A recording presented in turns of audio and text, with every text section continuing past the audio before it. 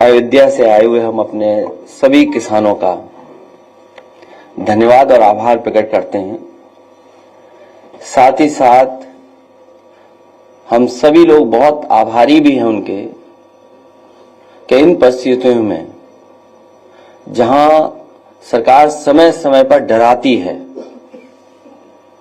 उनके अधिकारी अन्याय करने के लिए हमेशा तैयार रहते हैं, उस समय किसान समाजवादी पार्टी और हम पर भरोसा कर रहे हैं। मैं अयोध्या वासियों का और खासकर किसानों का बहुत बहुत धन्यवाद और आभार प्रकट करता हूं। अभी जब बात शुरू हुई तो ये कहा गया कि ये भारतीय जनता पार्टी के भी कार्यकर्ता रहे हैं और आज इनके साथ भी अन्याय हो रहा है।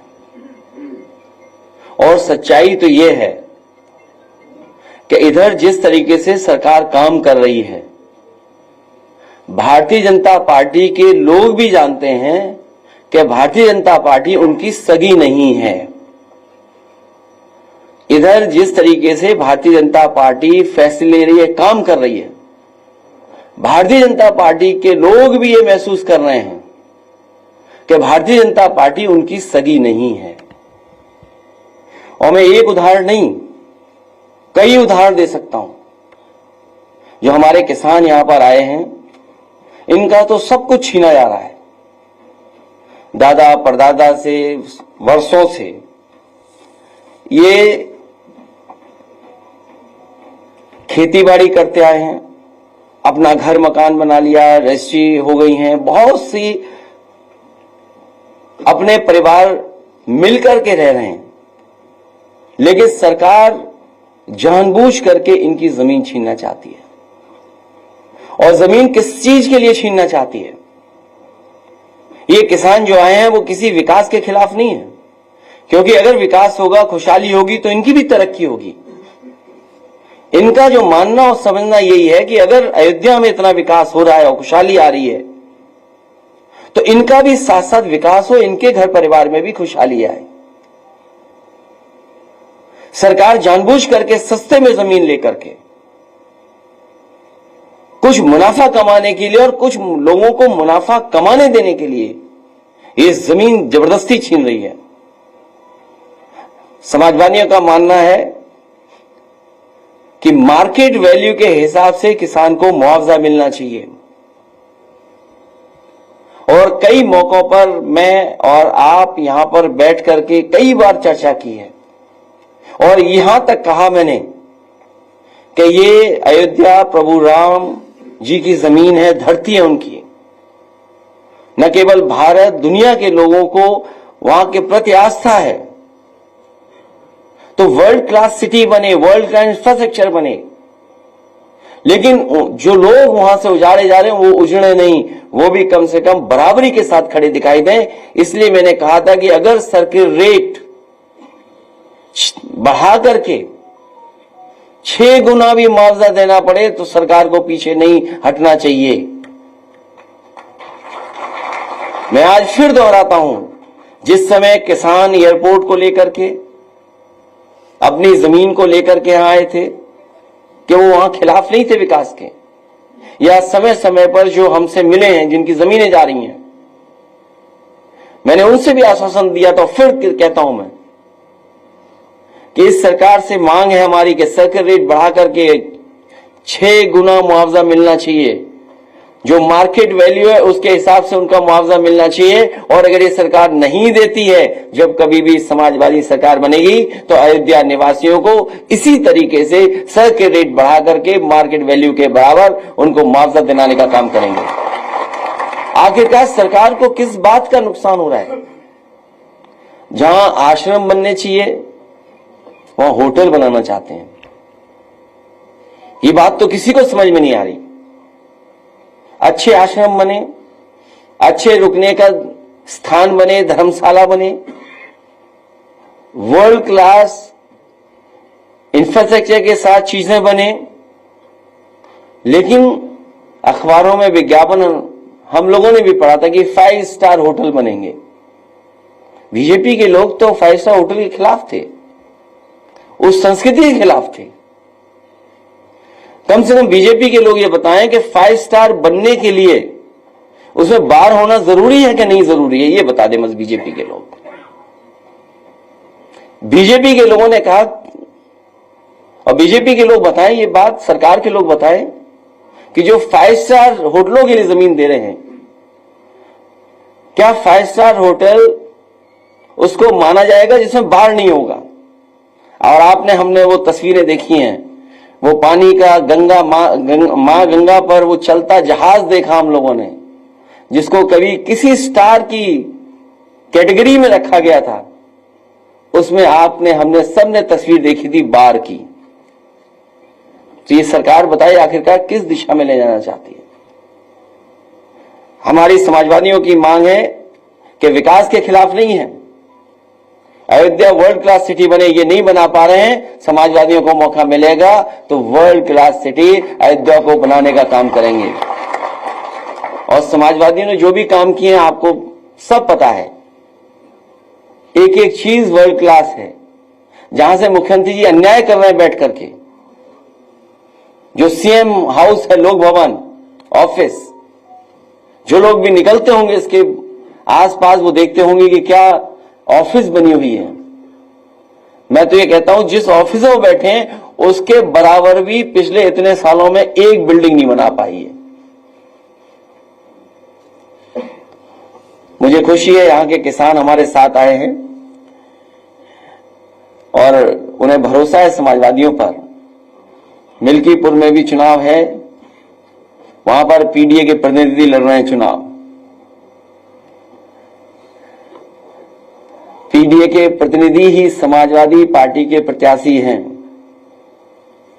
और उत्तर प्रदेश का, देश का सबसे बड़ा उपचुनाव होने जा रहा है। मैं तो अपने तमाम जर्नलिस्ट साथियों से अपील करूंगा कि ऐसा चुनाव जरूर देखने जाएं, आप देखने समझने जाएं, वहां की कवरेज हो और तमाम जानकार लोग हैं उनसे भी हमारा निवेदन होगा कि डेमोक्रेसी में ऐसा चुनाव नहीं देखा होगा, ऐसे चुनाव की स्टडी करनी चाहिए। ऐसे चुनाव की स्टडी हो कि आखिरकार चुनाव में जनता कैसे फैसला लेती है। और हम सरकार से भी कहेंगे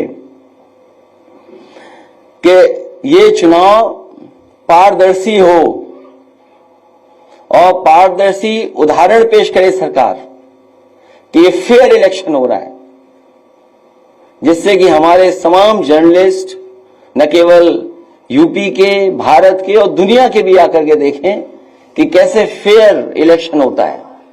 ये उदाहरण पेश करे आने वाले समय में कि इतना फेयर इलेक्शन हो सकता है और किया जाता है। और सच्चाई तो ये है कि मिल्कीपुर में भी इनके पैर उखड़ते हुए नजर आ रहे हैं। और हम आपसे पहले भी निवेदन कर चुके हैं कि हमारे समीकरण की चर्चा ज्यादा मत करना आप लोग। अगर प्रेस के लोगों ने ज्यादा चर्चा कर दी हमारे पक्ष में तो सरकार वर्दीधारी लोगों को आगे कर देगी। बात तो खत्म हो जाने दो अभी।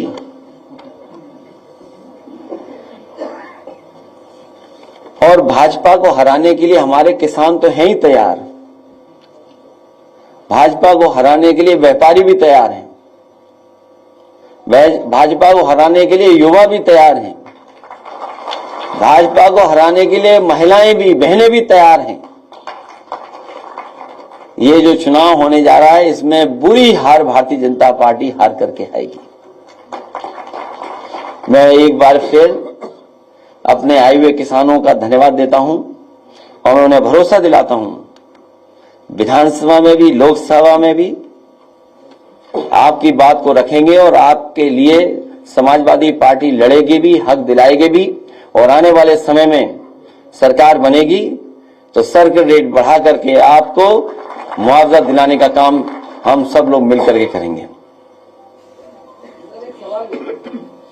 अगर जिस तरह लगातार अयोध्या के मामले पर लगातार आप सवाल उठा रहे हैं कि जमीनों का अधिग्रहण किया जा रहा है, उसके बावजूद सरकार छोड़ने को तैयार नहीं, तो क्या समाजवादी पार्टी के कार्यकर्ता और समाजवादी पार्टी के नेता फ्रंट पे भी उतर के इसके खिलाफ लड़ाई लड़ेंगे? कई बार सुधार आता है फिर बिगड़ जाती है बीजेपी। जब यहां पर बातचीत आपसे होती है तो सुधार आता है और फिर बिगड़ जाते हैं। और इससे महत्वपूर्ण सवाल हमारे पत्रकार साथियों को ये पूछना चाहिए और बताना चाहिए जनता को भी कि आखिरकार सब रजिस्ट्रियां बीजेपी वालों की कैसे हो रही हैं।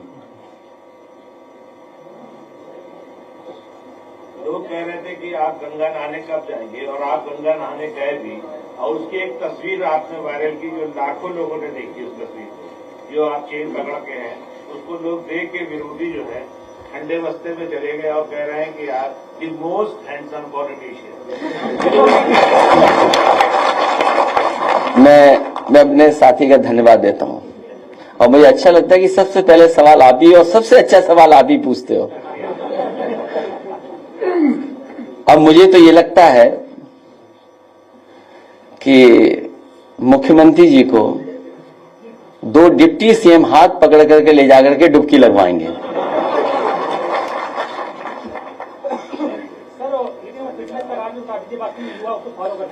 ये चर्चा का आज समय नहीं है, लेकिन अपने पत्रकारी साथियों को फिर कभी बुलाएंगे और हम लोग इन्हीं सब बातों पे मिल बैठ करके करेंगे।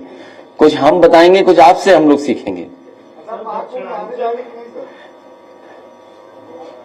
वो बात पुरानी होगी, फिर जाएंगे। सर, दक्षिणांचल और पूर्वांचल डिस्कॉम को विद्युत का हम लोग इसके पक्ष में नहीं कि प्राइवेटाइज हो, इस पक्ष में नहीं, क्योंकि प्राइवेटाइज हो जाएगा तो हमारी जनता को फिर महंगा बिजली और तमाम सरकारी नौकरियां, जो बात हम लोग कहते थे संविधान के साथ खिलवाड़ हो रही है।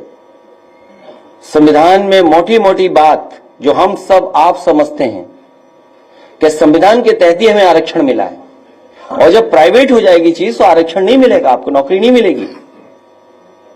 तो संविधान में जो हमें हक अधिकार मिलता है उसके खिलाफ भारतीय जनता पार्टी काम करती है। अगर प्राइवेटाइजेशन हो रहा है और पक्की नौकरियां छीनी जा रही तो इसका मतलब यह है कि बाबा साहब भीमराव अम्बेडकर जी का दिया हुआ संविधान के साथ छेड़खानी हो रही है। बीजेपी के वो पासवान है और कहा जा रहा है कि गुजरात में उनका कारोबार है, टिकट दिल्ली से हुआ है, बाहरी वर्सेस लोकल की लड़ाई। मेरा तो एक ही निवेदन और अपील रहेगा कि गुजरात वालों से बच के रहना। इसमें कोई दो राय नहीं। जितना समाजवादी के शासन में उत्तर प्रदेश के अंदर काम हुआ है और जितना देखा ही गया है कि समाजवादी ने जो काम किए हैं उसकी विकासता भी थी, लेकिन क्या वजह रही लगातार पिछले 2 बार समाजवादी बैकफुट करते रही, इसकी वजह क्या रही इतने काम कराने के बावजूद? ये भी अभी सवाल जाने कहां का है। हम अपने पत्रकार साथी को बता दें कि जब, हालांकि ये हमारे किसान और सभी लोग आए हैं, जब यहां पर सब स्टेशन के लिए जमीन लेनी थी घंटाघर के पास, तो क्योंकि जो घंटाघर के आसपास का सौंदर्यीकरण था तो वो सब स्टेशन नहीं हटता तो स्पेस नहीं बन रहा था, एरिया नहीं निकल रहा था। तो समाजवादी पार्टी की सरकार में हम लोगों ने फैसला लिया था कि सब स्टेशन हटाया जाए, और जब सब स्टेशन हटाने का फैसला लिया गया तो जमीन वहां नहीं थी। और मेरे पास कई बार अधिकारी आए, उन्होंने कहा सब स्टेशन मत हटाइए क्योंकि सरकार का पैसा चला जाएगा अगर आप जमीन दूसरी लेंगे। कई बार वो फाइल वापस करना चाहते हैं कि सब स्टेशन नहीं हटे, और इसी के सहारे उन्होंने हमारे एक एमएलसी को भी मना लिया था, पटा लिया था। उससे भी हमसे कहलवाते थे कि ऐसा है सब स्टेशन मत हटाइए, बन नहीं पाएगा। उस समय भी मैंने अधिकारियों से कहा कि ये जरूरी है, जब तक सब स्टेशन नहीं हटेगा तब तक यहां सुंदरता नहीं बनेगी। तो आपको मैं जानकारी दे दूं, उस समय जो मार्केट वैल्यू थी उसके हिसाब से उसे मुआवजा दिया गया था। वो कोई रस्तोगी थे, शायद उन्हें 37 करोड़ रुपया उसका मुआवजा मिला था।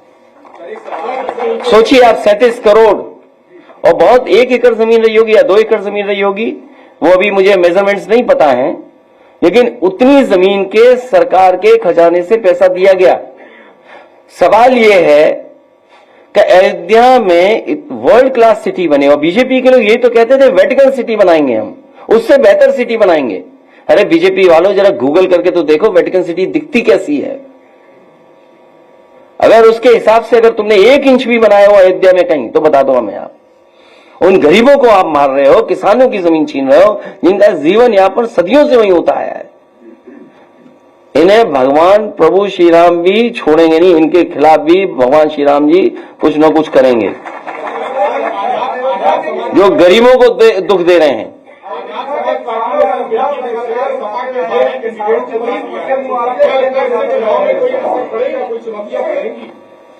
देखिए, समाजवादी पार्टी का प्रत्याशी पीडीए परिवार का है, वो लड़ने जा रहा है, वो मुकाबला कर रहा है। पिछले कई दिनों से काम हो रहा है हमारा, ऐतिहासिक जीत होने जा रही है। बस हमारा आपसे निवेदन है, हमारे समीकरण की आप चर्चा करते हो कई बार, हमें चैनल पर डर लगने लगता है। हमारे ही रास्ते पर भारतीय जनता पार्टी चलेगी, उस पर दूसरा कोई रास्ता नहीं है। जब भी उन्हें विकास के रास्ते पे चलना पड़ेगा तो हमारे ही रास्ते पर, ये पीडीए के रास्ते पर है। और देखिए पीडीए का कमाल क्या हुआ, कुंभ के मेले में हर खंबे पे पीडीए पीडीए लिख गया। आप पता करिए, आप जानते होंगे, हर खंबे पे पीडीए लिखा हुआ था। तो बताओ प्रभु श्री राम ने करा ये कि नहीं किया? बाद में जब सरकार को पता लगा तो हटवाने में लग गए, क्योंकि पीडीए का मतलब जो बीजेपी के अधिकारी को पता ही नहीं था, प्रयागराज डेवलपमेंट अथॉरिटी। सोचिए हमारा कितना प्रचार किया कुंभ में, अब सुना है कि सब हटवा दिए गए सरकार ने। सोचो ऐसी सरकार है। अजय जी, अयोध्या के किसानों का मुद्दा आप लगातार उठाते रहे हैं कि मुआवजे को लेकर दिक्कत है। लगभग 2 महीने पहले आवास विकास परिषद के सचिव नीरज शुक्ला ने प्रेस कॉन्फ्रेंस की थी और उस प्रेस कॉन्फ्रेंस में जो है अयोध्या के किसानों की बात की। उन्होंने कहा कि हम लैंड पूलिंग पे बात कर रहे हैं कि लैंड पूलिंग के लिए किसानों को जमीन दी जाएगी, किसान इस पे राजी हो कि वो अपनी पूरी जमीन देंगे और उसका 25% हिस्सा हमने डेवलप एरिया में देंगे। लेकिन किसान जो है लगातार बड़े ज्यादा मुआवजे की मांग कर रहे हैं, जो उनके लिए देना जो है लैंड पुलिंग या इस तरह की जो शब्दावली ला रहे हो, जो कई स्टेटों में सक्सेसफुल भी है, फेलियर भी है। ये लैंड एक्विजिशन का तरीका, पूरा सरयू नदी के आसपास लैंड एक्विजिशन हो गई। किसानों को कितना लैंड पुलिंग में मिला है बता दे सरकार हमें। अगर कहीं भी अयोध्या में किसानों की जमीन लेने के बाद किसानों को कहीं डेवलपमेंट के लिए जमीन दी गई हो, डेवलप करके जमीन दी हो, तो बता दें हमें।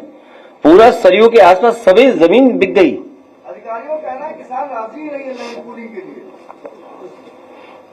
हम भी राजी नहीं है। सर एक सवाल, हम मार्केट वैल्यू के हिसाब से पैसा चाहते हैं, किसानों को मुआवजा मिले। अधिकारियों के चक्कर में रहोगे तो समझ लो क्या करना पड़ेगा तुम्हें। इससे अलग हटके है सर, आज बॉलीवुड के अभिनेता सैफ अली खान पे हमला हुआ है, जिसकी अभी प्रेस कॉन्फ्रेंस में वहाँ के डॉक्टर्स कर रहे हैं। 6 जगह हमला हुआ था, चाकू का टुकड़ा भी उनकी रीढ़ की हड्डी से मिला है। हालांकि सुबह सुबह ये खबर आई थी और लगातार सभी चैनलों पे चल रही है। सैफ अली खान स्वस्थ रहे, उनका इलाज अच्छा हो। क्या कारण है, किस कारण हुआ है, ये हमारी जानकारी में नहीं है, इसलिए हम इस पे कोई टिप्पणी नहीं कर सकते। लेकिन इस तरह की घटना किसी बड़े व्यक्ति के साथ न हो। आप लगातार दिल्ली को जाने के लिए पत्रकारों पर जोर दे रहे हैं, कुछ धमाका होने वाला है क्या वहाँ पे? नहीं, हम तो चाहते हैं कि फेयर इलेक्शन हो, इसलिए आपको भेज रहे हैं। सर आप लगातार महाकुंभ में एक आंकड़ा जारी किया गया है कि रेलवे और बस से सिर्फ 16 लाख यात्री सफर कर पाए। तो क्या आप मानते हैं कि सरकार जो 3 करोड़ 4 करोड़ लोगों में डुबकी लगाने की बात कर रही है, ये लोग पैदल गए वहां तक? सरकार का हर आंकड़ा वो है फर्जी, और हमारा पत्रकार साथी सही बोल रहा है, हम इसको धन्यवाद देते हैं। कुछ ट्रेनें खाली आ रही हैं, सुनने में आया गोरखपुर वाली खाली ट्रेन गई है पूरी, और नहीं मानते अभी वीडियो दिखा सकता हूं मैं आपको।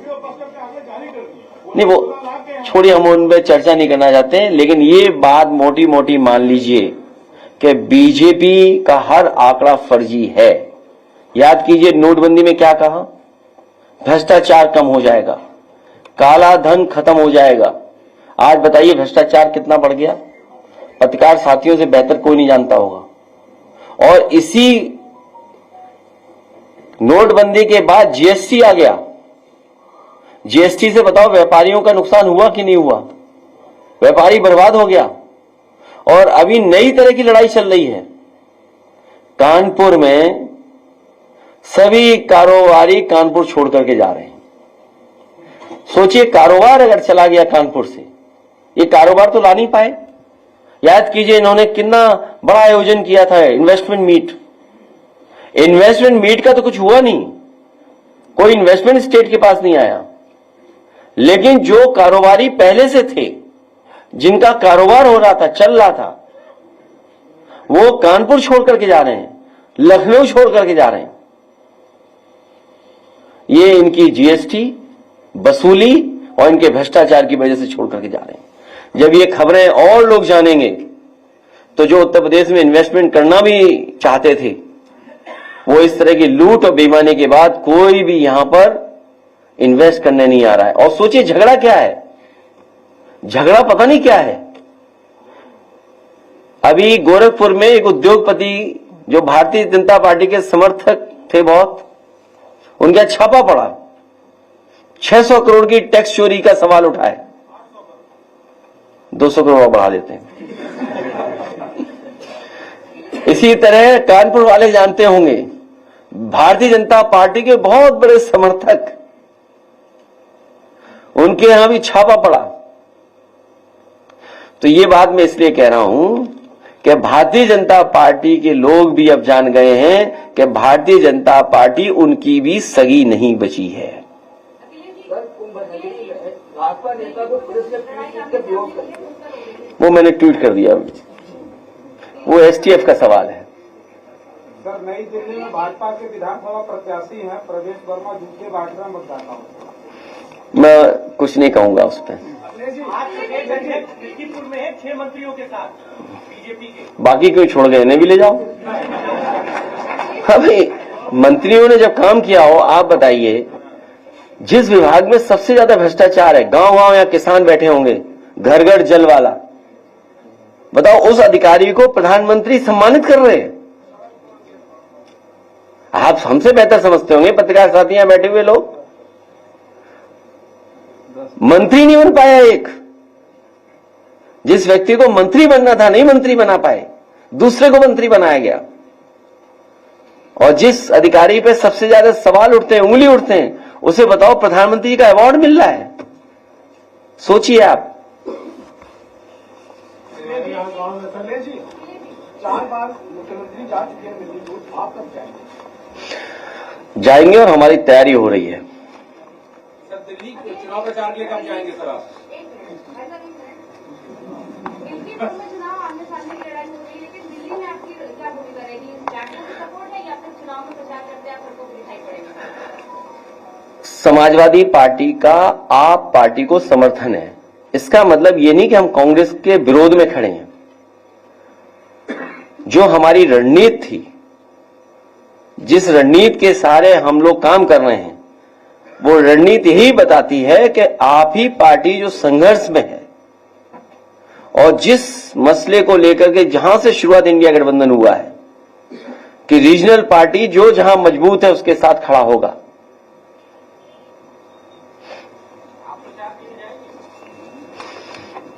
आप भी चलना, दोनों जगह चलेंगे। इसलिए एक बार फिर हम अपने किसानों का धन्यवाद देते हैं और आप इन किसानों की मदद कराइए, आप इधर उधर की बातें मत करिए। और अयोध्या वाले और लोग भी हैं, आप खड़े हो जाओगे, यहाँ आ जाओगे अयोध्या वालों, और आइए इधर। अयोध्या के लोग आ जाओ पीछे, सिर्फ अयोध्या वाले आ जाओ। और फिर यहाँ से ले जाना बाहर से, पीछे हो जाओ ना, सब खड़े हो जाएंगे। हाँ।